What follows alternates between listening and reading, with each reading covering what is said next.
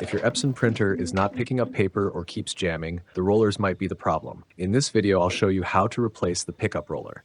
This tutorial is divided into two parts. This one covers the upper roller, and the next video will show the lower roller.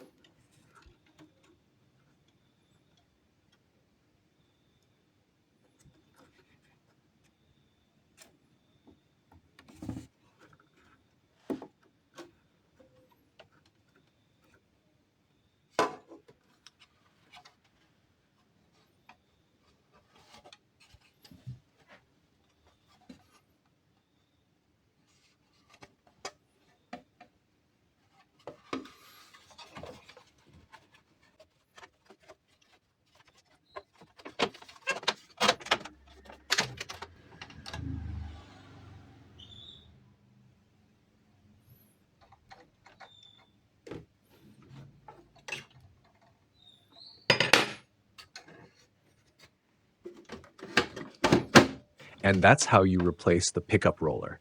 If your printer is still feeding multiple pages or not working properly, the lower roller might also need attention. You can watch the next video where I show you how to replace it step by step.